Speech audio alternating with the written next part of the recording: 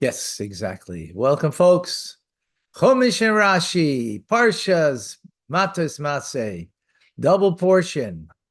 We are ready to enter the land of Israel. And Reuven and Gad, they had lots of cattle, and they make a request. Okay, let's. Chaim. Mikne Rav. Mikne is cattle, livestock. Rav, abundance of cattle and livestock. Livnei Ruvain, for the descendants of Ruvain of Bnei God, and for God. Otzumai, numerous, it was lots. The Yiru is Eretz Yazer, and they saw the land of Yazer, which this is Transjordan, right? There's Eretz Gilad, and the land of Gilad. And behold, it is a place for livestock. In other words, it's a good grazing ground, right? It's still part of Israel, though, no? I think. Here's Israel. Here's the Sea of Reeds. Here is here's the Sea of Reeds over here. No, it's yeah, I know. One second. I don't know if that's a good picture. Hold on. A moment.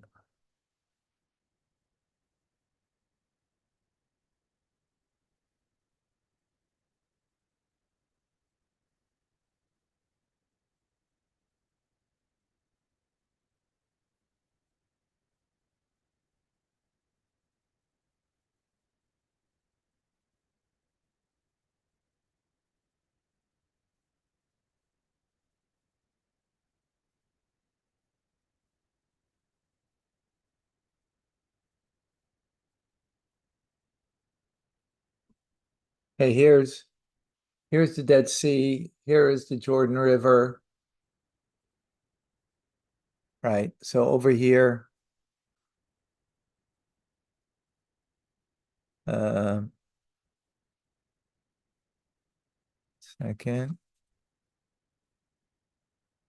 Video, let people in, please. Thank you.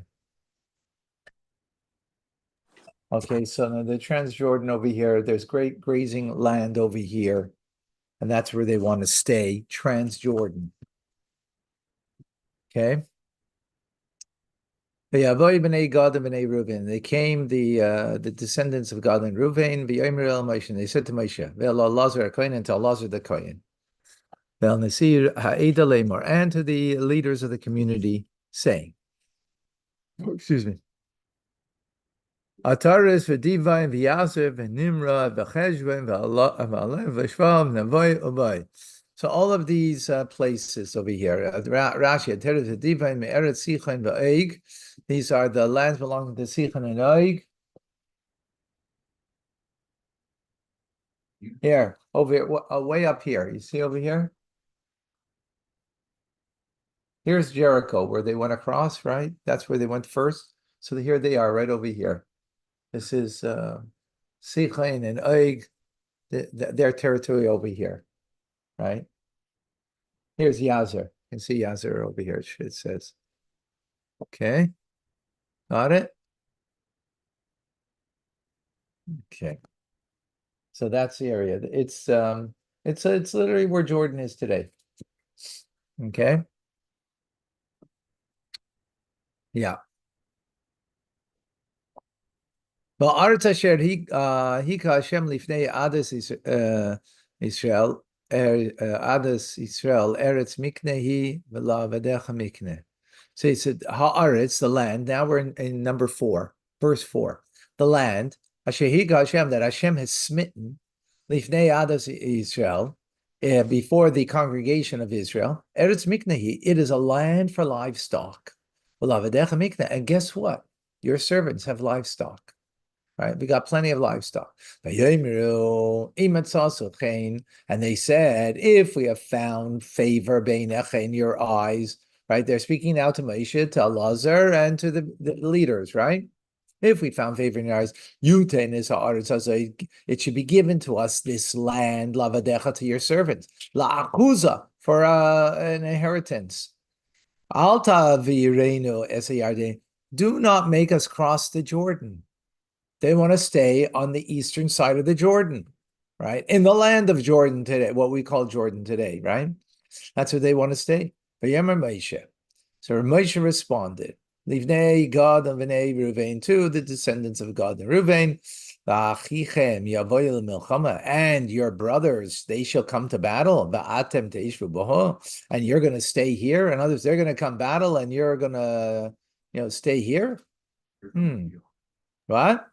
You're going to give them a deal now. You do this, you have to do this, and I'll give you that. Okay, excuse me. We're in this verse. We're nothing. We're nowhere else, right? Yes, sir. Be present.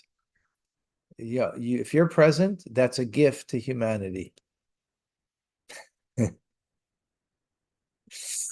And I know you like to be a futurist. He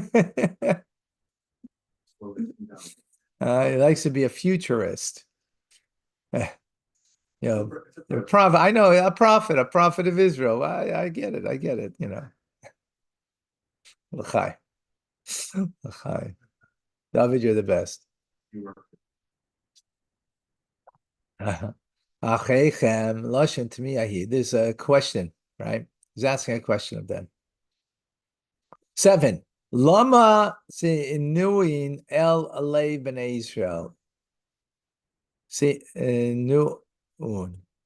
As b'nei Israel. Why should you discourage the hearts of the children of Israel? Ma'aver sa'aretz, from not going into the land asher nasan lehem Hashem, that Hashem has given.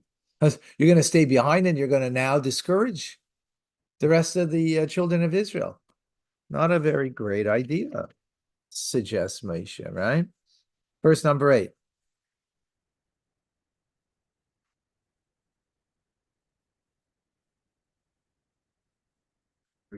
Lama, or 7 rather. Verse number 7.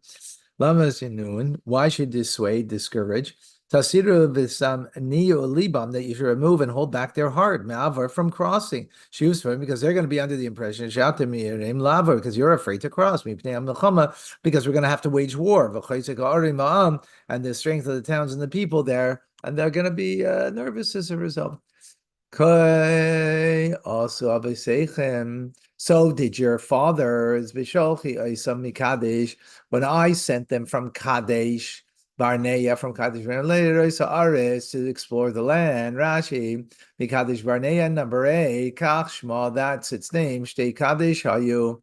There are 2 places that are called Kadesh Barnea, right? And one of them is where the spies went from, and they came back with a bad report. And what did they do? Dissuade the people. So you're going to do the same thing by dissuading the people not wanting to cross over the Jordan, right? Number 9. Yalu ela Nachal Eshkol, and they went up from the valley of Eshkol. The Yiris Aretz. Now speaking about the spies, right?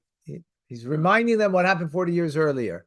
Yiris Aretz, and they saw the land. Yaniuslei b'nei Israel, and they discouraged the hearts of the children of Israel, levilti boy, to not want to go Ela Aretz, to the land Hashem that God gave to them.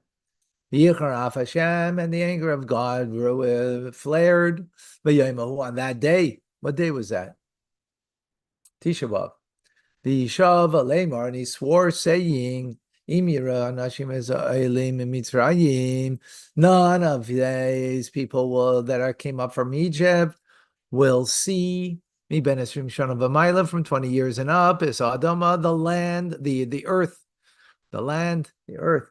Asher that I have sworn Avraham, Yitzchak, Yaakov, to Avram, Yitzchak, and Yaakov, that I swore to them, because they did not follow me wholeheartedly. Bilti Kalev ben Yefuneh, except for Kalev, the son of Yefuneh, Kenizi, who's the Kenizi, Yeshua, and Joshua ben Nun, the son of Nun, Kimola Acharei Hashem, because they followed me wholeheartedly. Rashi Kenizi. Why is he called here Kenizi? I don't think he's previously was called that. Rashi said Kaleb is called here because Hargay Shel Kenaz Hoya, because he was the stepson of Kenaz. V'yodaloi Imai Shel Kaleb, and Kaleb's mother bore to Kenaz as Osniel. Osniel was the son of Kenaz, called Kaleb's brother. He's a maternal half brother because Yefuneh, his father, died, and his mother married Kenaz and bore his. So who cares? Like what? Like why is that important to know that here? Huh? No, like why is that important that the verse has to say that? Huh? No, I only asked it once. Was afflicted. Huh? He was afflicted. Was sad, maybe, Sad?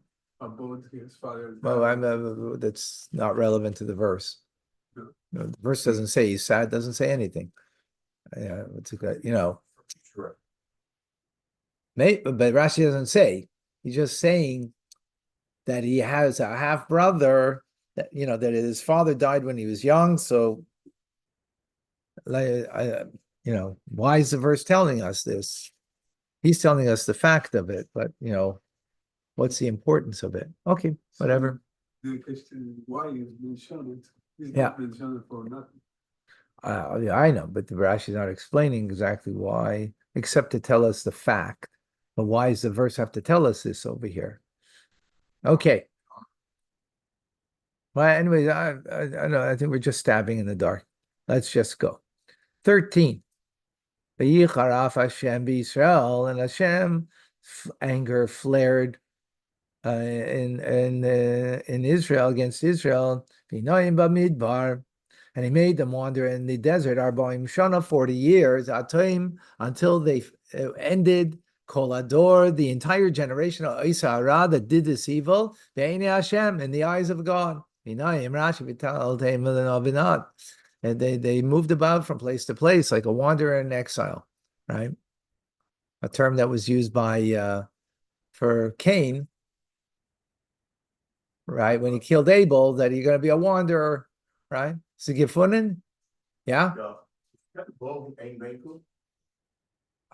Yeah, zeker. Eén van die. Ja. Take from Sjoerd, take from him. Ja, vindo, kent semendo. All right, we're good. 14. Yeah. V'hine, and behold, look at that. Kamtem tachas abeisechem, you have risen in the place of your. Now he's speaking, right? What happened? Now he's speaking to these people, right? That you have risen on in the place of your fathers. Tarbus anashim chatoim, as a tarbus anashim, a society. Tarbus is like a society, society or of people chatoim that are sinners. Lispois oid al charain lispois. So, like, is to add oid further al charain af Hashem, further on the flaring anger of God el Israel to Israel. What's he's speaking to now to God and Reuven, right? This is what you're doing. This is what happened before with such an attitude as yours, and now you're adding to this. And Rashi's voice. Least place. Shana, add year unto year. See, just giving an example. It's a term of adding. So you're adding to the wrath of God what was 40 years earlier, and now you're continuing. Because you turned away from him, from following God, and he will leave you again in the desert. And he will destroy the entire people. Whew. Now, because you're gonna bring a dissuasion to the people by you wanting to stay on the Transjordan, right? So now God looks, this is what happened last time. This is what's going to happen again. That's what he's saying to them. No, it's not playing a hardball. First of all, Moshe is speaking. And Moshe is speaking, Hashem's not speaking. That's first of all, right? And he's concerned what's going to be for the rest of the Jewish people. It's plain and simple, right?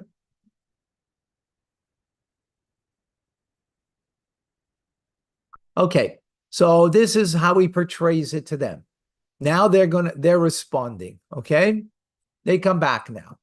And they approached him. And they said, God and Reuven, right? They're now saying to Moshe, Gidres Nivna, we will build Gidres, buildings. The Miknenu for our livestock. Hoi, here. The Arim Latapenu, and cities for our children. 15 or 16 rather in Rashi. Nivna Miknenu Pai, we will build for our livestock over here. You see anything a little incongruent over here?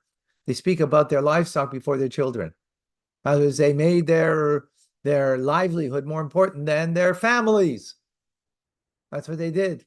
So Rashi picks up on that and he says, they were concerned about their property, more than they were for their sons and their daughters. And that's why they prefaced what they will do for their livestock before what they will do for their children.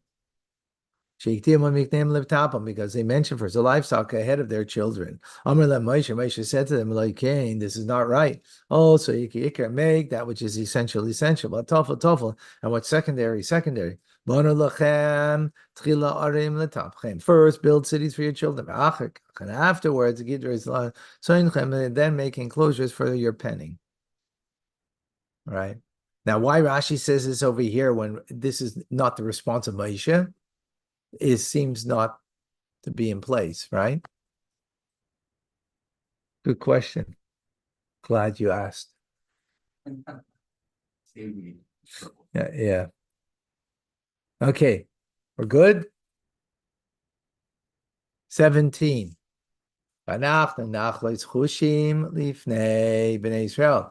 Vanachnu, and as for us, nachloitz chushim, we will go armed. Quickly, we will go harm lifnei bnei Israel before the children of Israel. Ad asher im unum el mekaimam, until we have brought them to their place. V'yoshev tapeinu ba'arei amivtzar b'mipnei yeshvei haaretz, and our children will reside in fortified cities on account of the inhabitants of the land. We're going to go in battle. We're going to go to battle. All right. We're going to be first in battle. Exactly. Rashi. In 17, Nizdayen Mehirin, we will arm ourselves swiftly. Right? Nachleitz means to arm. Chushim means swiftly. Where Chushim means quick, to pillage, and swift to loot. Just bringing an example of what the word means to move swiftly. Lifnei bnei Israel, before the children of Israel, will be the invading armies. Because they offered this because they were mighty, they were very strong. God, as it says concerning God, later on, what we'll see about God, when Moshe before he passes away, he gives a blessing to the different tribes, right? All the tribes. What does he say about God? That he will tear off an arm as well as a head. Moshe also reiterated and stated this to them explicitly in Dvarim. I commanded you at that time that you shall come across the Jordan armed before your brothers, children of Israel. All the men of the legion. It says in the conquest of Jericho, because Jericho was the first conquest when they crossed the border, right? When they crossed the Jordan, rather, right?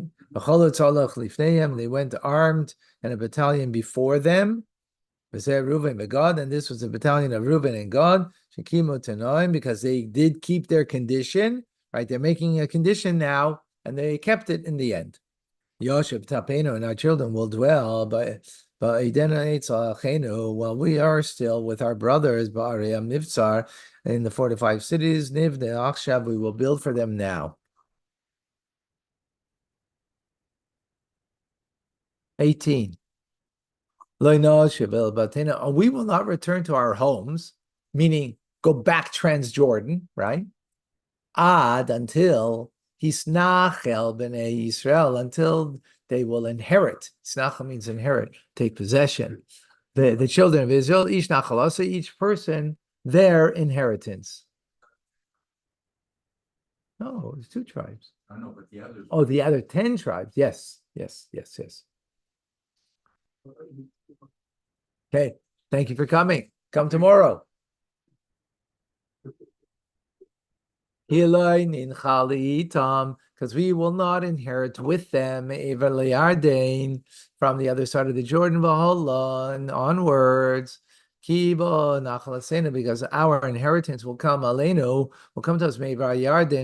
on the eastern bank of the Jordan.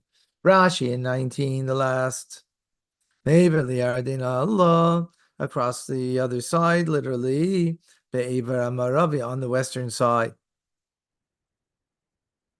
That's where they're not going to take there. Because our inheritance will come. Because we've already received it. On the eastern side. The double portion? Yes.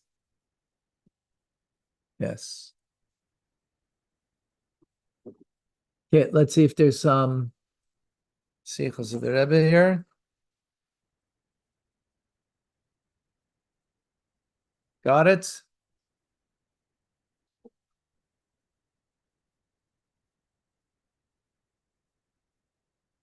Oh, look at that.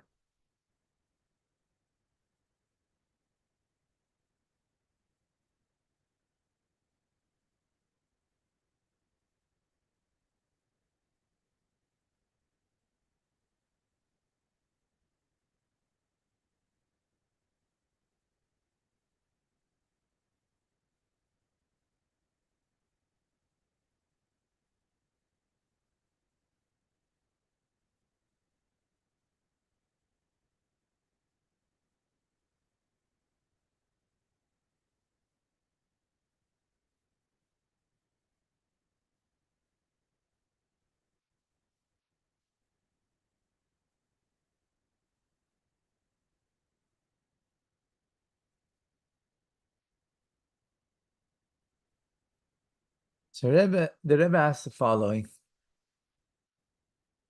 right? This whole episode, right? With me, guys, everybody. This whole episode, think about it. It's a little like, whoa, what's going on over here, right? How could God and Reuven make such a request?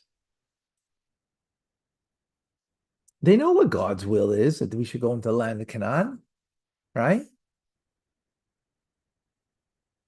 How is this different than the sin of the Meraglim, of the spies, which Moshe brings up, right? What are they thinking?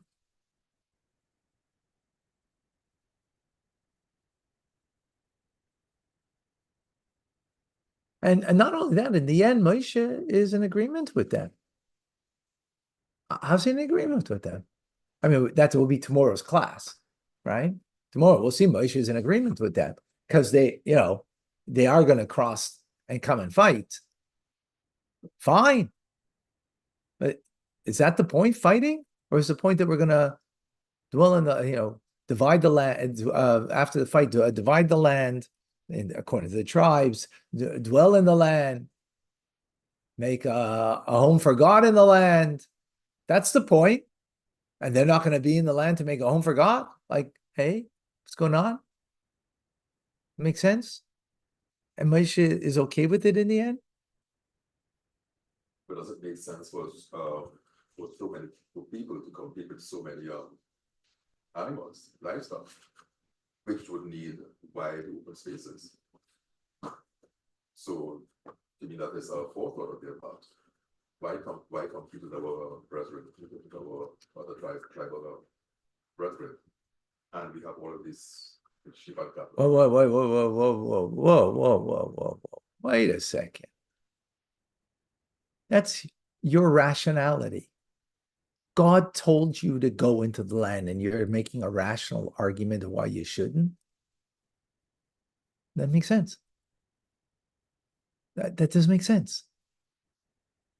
What was the plan to go with all our Wait, excuse me. The Jews went out of Egypt. Why'd they go out of Egypt?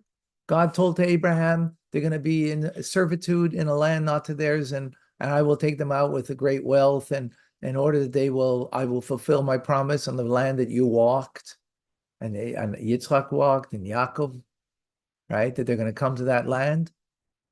That's what that's the whole plan. And now you want to come and tell me, oh, we got lots of livestock and let's be, so good to everybody else. Let's not compete with each other. Hey, God doesn't know about, there's a lot of livestock. He doesn't know this. And yet he did tell us to go into the land. You're making a rational argument, but you don't make a rational argument when God told you to do something. That's the question that Rebbe is asking. Yeah, no one. It's not that you're not being irrational. But you're not following what God said, so it doesn't matter what your rationale is. And on top of it, Moshe is agreeing with it. How can Moshe agree with it? Got it? Oh, okay. I just I know. The whole question is that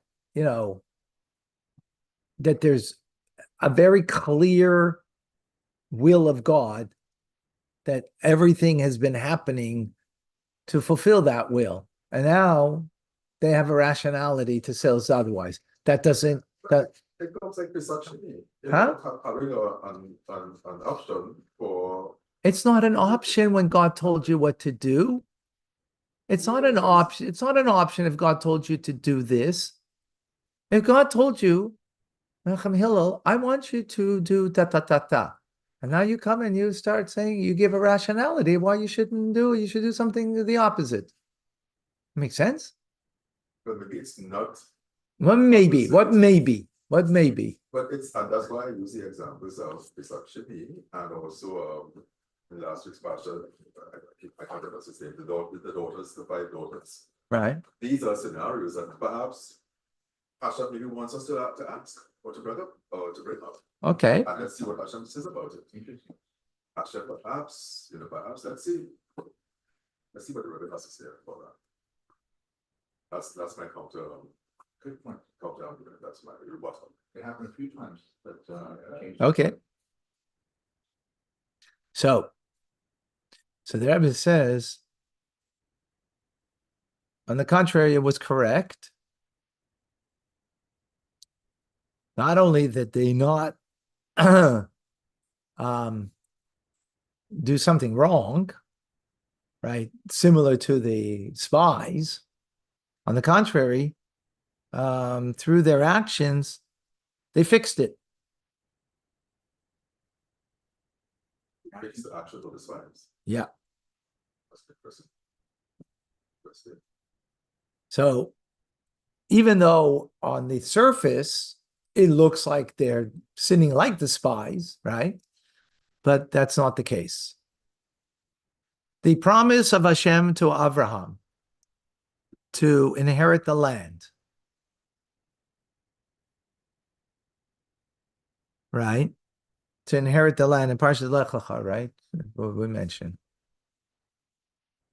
Hashem counted 10 tribes. If you look carefully, 10 nations, rather, not 10 tribes. I don't mean 10 tribes. 10 nations, right? in the Bracha, Huh? In Lech Lecha, there's 10 nations that he says that we will inhabit and take over, right? 7 are in the land of Canaan, right? And 3 are in the Transjordan. You hear that? Transjordan, including Keni, Kenizi, Kadmoni, as they're called. Oh, maybe now we know the Kenizi. Remember, we asked the question of why does it say about Kalev that is a Kenizi? Because Kenizi is Transjordan on the eastern side of the Jordan, right? Which we will get that in the future in the times of Mashiach, right? Which is the part of Sichon and Oig, right? In Ammon and Bashan, which is where they wanted to dwell, right? That's which was conquered, right? And they wanted to dwell there. That's what they were requesting for, right? So this was already part of the promise to Abraham, right? That's the complete promise. Is not Canaan merely 7 nations, right? Which is what they got initially, right? When Joshua went, was They say 3, but somebody got half and half, no? just let's 1 second. Let's just follow. Let's the yellow brick road. Far we're at 3. We're gonna get to the pot of gold. We're getting there, right? Sure. Okay. Well, that's why you also have the half part of Menashe also was right. So that gives you 3. Okay. They wanted to precipitate the complete habitation of all 10 nations by dwelling there initially. That's what they wanted to complete, right? Not just the 7 nations that are in the land of Canaan, but the 3 that are also, that will be ultimately in the time to come in times of Mashiach. So they wanted to actually precipitate the final redemption as a result. And therefore, they fixed the sin of the spies. Because the spies, they didn't want to go into the land and conquer it. They're going to go into the land and conquer it, but they don't want just the 7 nations. They want to have all 10 nations that should be dwelled upon, right? In order to bring about the complete inhabitation, the complete fruition of the final days, right? So in that sense, they're actually fixing even and right. When you fix something, you always fix something that seemingly is what's broken, but you have to fix that thing, so it has to look like that thing, right? It's like Adam and Eve. They sinned with, according to the opinion that they sinned with a fig tree. They took the fig leaves and covered themselves because they were naked to fix themselves, right? Now that they have self-awareness, they have to fix themselves. So same thing as here. Through the same act of not going into the land that on the outside looked like was, a negative thing, through that they were actually fixing the mistake that they wanted. It's not that they want to go into the land and they shouldn't conquer the land. Yes, conquer the land. Absolutely. But let's not just dwell in the land of the 7 nations. Let's dwell in the land of the 10 nations. So we will precipitate the final redemption. So therefore, they actually come to fix as a result.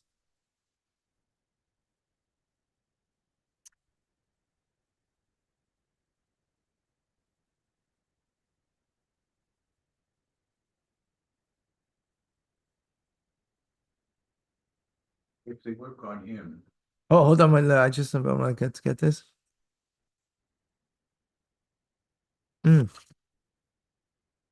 Wow.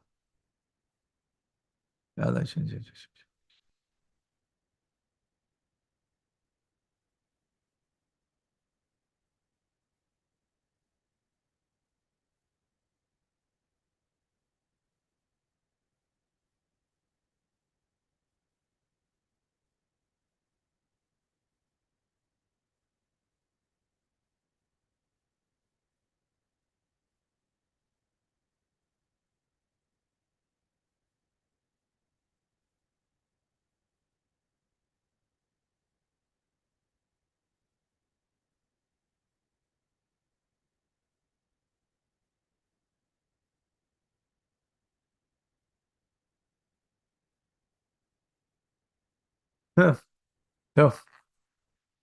What did the spies want? Not to go into the land. Why?